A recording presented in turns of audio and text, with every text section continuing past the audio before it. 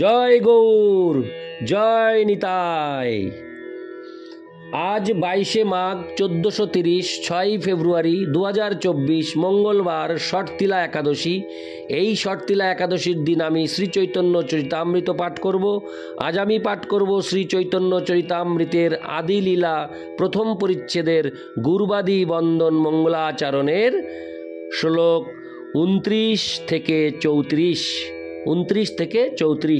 অডিওর শুরুতে সকল ভক্তিমতী মা ও ভক্তবৃন্দের কাছে আমার একটি আবেদন, আপনারা সকলেই অমৃত গ্রন্থ চ্যানেলটিকে প্রচুর সাবস্ক্রাইব করে, লাইক কমেন্টস করে এই চ্যানেলটিকে অতি দ্রুত এগিয়ে যেতে আপনারা সাহায্য করুন ও আশীর্বাদ করুন। নদিয়ার পথে পথে হরিনাম নিয়ে মুখে, চলো মন গৌর দেশে যায়। নদিয়ার পথে পথে হরিনাম নিয়ে মুখে, চলো মন গৌর দেশে যাব। শ্লোক 29। এই 14 শ্লোকে করি মঙ্গলাচরণ, তহি মধ্যে কহি সব বস্তু নিরূপণ। শ্লোকার্থ: এই 14টি শ্লোকে মঙ্গলাচরণ করা হয়েছে এবং তার মাধ্যমে পরম তত্ত্বকে নিরূপণ করা হয়েছে। ইতি শ্লোক 29। শ্লোক 30। সব শ্রোতা বৈষ্ণবেরে করি নমস্কার, এই সব শ্লোকের করি অর্থ বিচার। শ্লোকার্থ: আমি সমস্ত বৈষ্ণব শ্রোতাদের শ্রীপাদপদ্মে আমার সশ্রদ্ধ প্রণতি নিবেদন করে এই সমস্ত শ্লোকের নিগূঢ় অর্থ বিশ্লেষণ করছি। ইতি শ্লোক 30। শ্লোক 31। সকল বৈষ্ণব শুনো করি একমন, সকল বৈষ্ণব শুনো করি এক মন, চৈতন্য কৃষ্ণের শাস্ত্র মত নিরূপণ। শ্লোকার্থ: আমি সমস্ত বৈষ্ণব পাঠককে অনুরোধ করছি তারা যেন একাগ্র চিত্তে শ্রী চৈতন্য সম্বন্ধে শাস্ত্রে নিরূপিত এই সমস্ত মতামত পাঠ করেন এবং শ্রবণ করেন। ইতি শ্লোক 31। হরে কৃষ্ণ। শ্লোকার্থের পরে তাৎপর্য রয়েছে। হরে কৃষ্ণ। শ্লোক 31-এর তাৎপর্য: শ্রী চৈতন্য মহাপ্রভু হচ্ছেন পরম তত্ত্ব শ্রীকৃষ্ণ স্বয়ং। সেই তত্ত্ব প্রামাণিক শাস্ত্র প্রমাণের ভিত্তিতে নিরূপিত হয়েছে। কখনো কখনো মানুষ শাস্ত্র প্রমাণ ব্যতীত তাদের খামখেয়ালি আবেগ প্রবণতার ভিত্তিতে কোনো মানুষকে ভগবান বলে গ্রহণ করে থাকে, কিন্তু শ্রী চৈতন্য চরিতামৃতের প্রণেতা শাস্ত্র প্রমাণ উল্লেখ করে তার সমস্ত উক্তির যথার্থতা প্রতিপন্ন করেছেন। এভাবেই তিনি প্রতিপন্ন করেছেন যে শ্রী চৈতন্য মহাপ্রভুই হচ্ছেন পরমেশ্বর ভগবান। ইতি শ্লোক 31। শ্লোক 32। কৃষ্ণ গুরু ভক্ত শক্তি অবতার প্রকাশ, কৃষ্ণ এই 6 রূপে করেন বিলাস। শোকার্থ: শ্রীকৃষ্ণ গুরুদেব, ভক্ত, শক্তি, অবতার ও অংশ প্রকাশ, এই 6টি রূপে ভগবান শ্রীকৃষ্ণ তার লীলা বিলাস করেন। এই 6টি তত্ত্বই এক। ইতি শ্লোক 32। শ্লোক 33। এই 6 তত্ত্বের করি চরণ বন্দন, প্রথমে সামান্যে করি মঙ্গলাচরণ।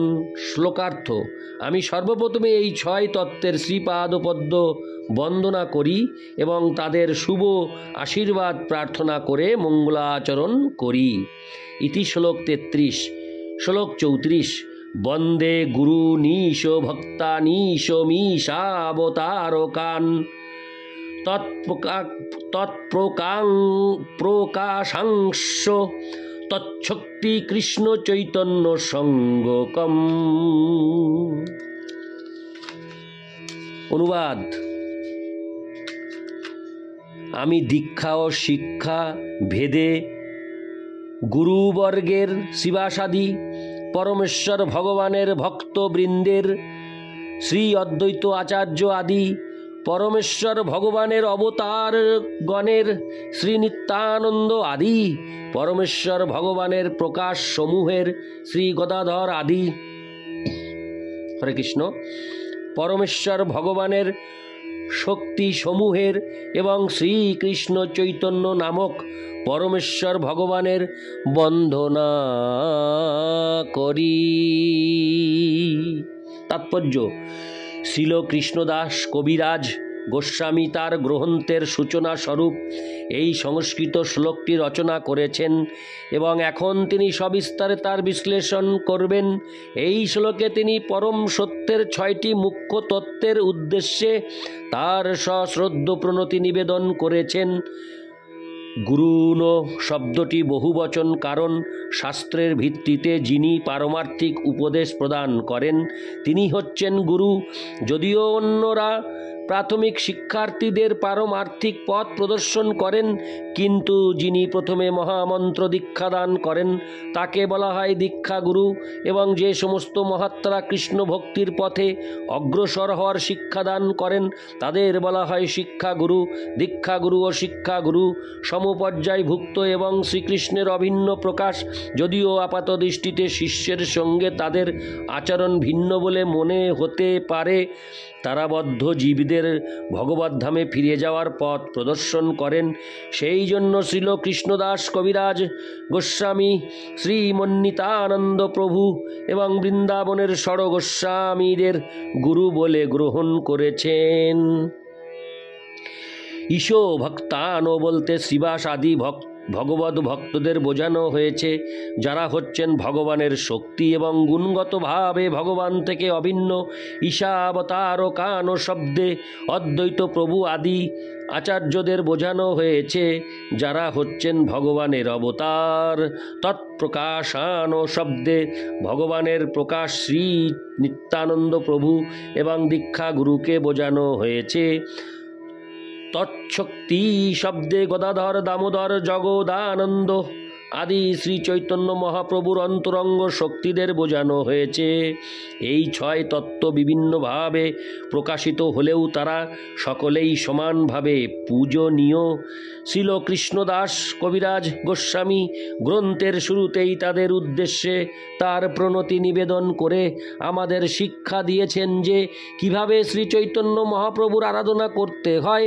ভগবানের বহিরঙ্গা শক্তি মায়া কখনোই ভগবানের সঙ্গ করতে পারে না, ঠিক যেমন অন্ধকার আলোকের কাছে আসতে পারে না, কিন্তু তবুও অন্ধকার আলোকের ক্ষণস্থায়ী ও অলিক আবরণ হওয়ার ফলে আলোক থেকেই তার উৎপত্তি, কিন্তু আলোক থেকে স্বতন্ত্র তার কোনো অস্তিত্ব থাকতে পারে না।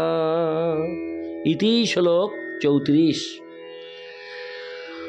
সকল ভক্তিমতী মা ও ভক্তবৃন্দের কাছে একটি আবেদন, আপনারা আমাকে উৎসাহিত করুন, আশীর্বাদ করুন, যাতে আমি শ্রী চৈতন্য চৈতামৃতের পর গরুড় পুরাণ পাঠ করে আপনাদের শ্রবণ করাতে পারি। এইটুকু আশীর্বাদ চাই। আর এর সাথে সাথেই এই অডিওটি এখানেই সমাপ্ত হলো। জয় গৌর, জয় নিতাই, জয় গৌর, জয় নিতাই।